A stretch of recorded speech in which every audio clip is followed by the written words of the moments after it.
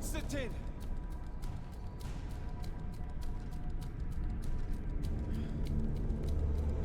Restrain him!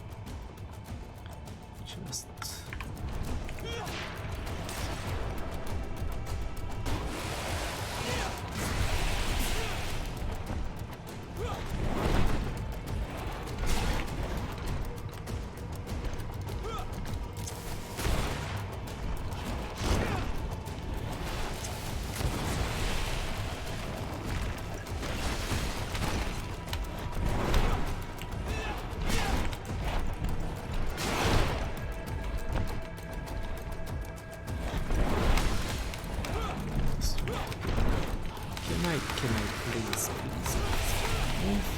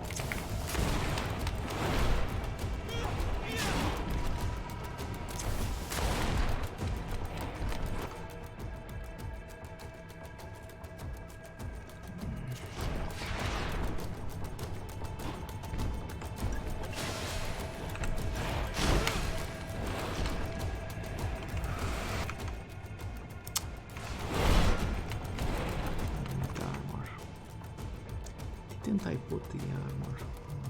Let's see.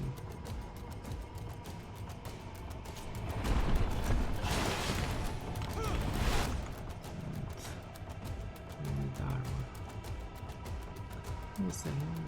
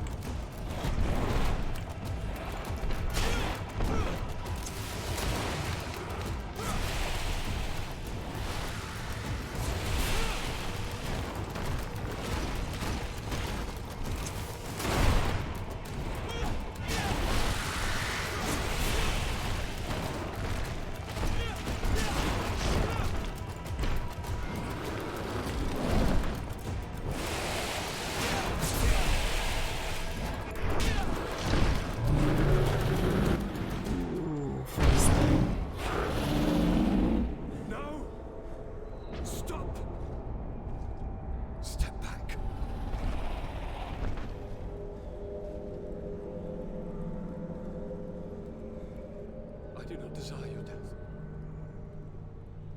I'm sorry. Why? Why have you done this? But for you. For us. So that we may live free at last. This makes no sense. Constantine, it's madness. You don't understand because you're still attached to the old world. This old, dying world which, to survive, has betrayed, used, and manipulated us and would not have hesitated to kill us. Perhaps, but I've seen death, cousin. And I understood the vanity of it all. My father's ruses just so he could earn more power. The political bowing and scraping to preserve corrupted nations. I have been offered unrivaled power, allowing me to get rid of this. To send the old world back to its inevitable death and to build something new here. Something unique. And this new world is my gift to you. You and I could be its new gods, the immortal and benevolent monarchs. He himself is the incarnation of the old world he is speaking of. He has its vices and its poison.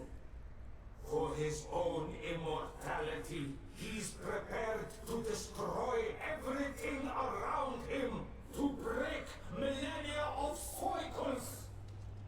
I implore you, flesh of my land, think of all the lives that will come to an end to feed his pride.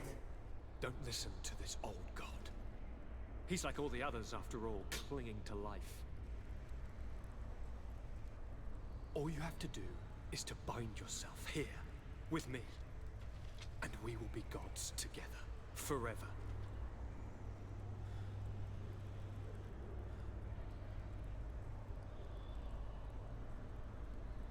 God, man, I wanna see both ends, both endings.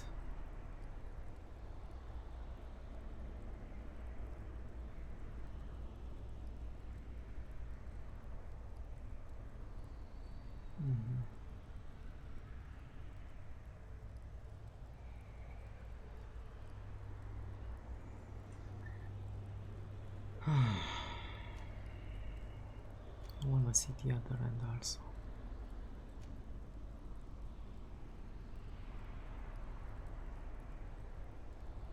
Come.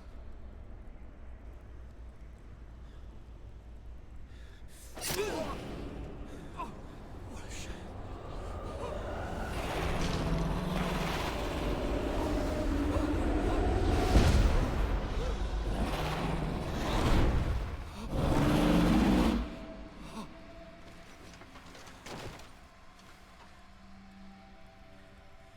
good night, sweet prince.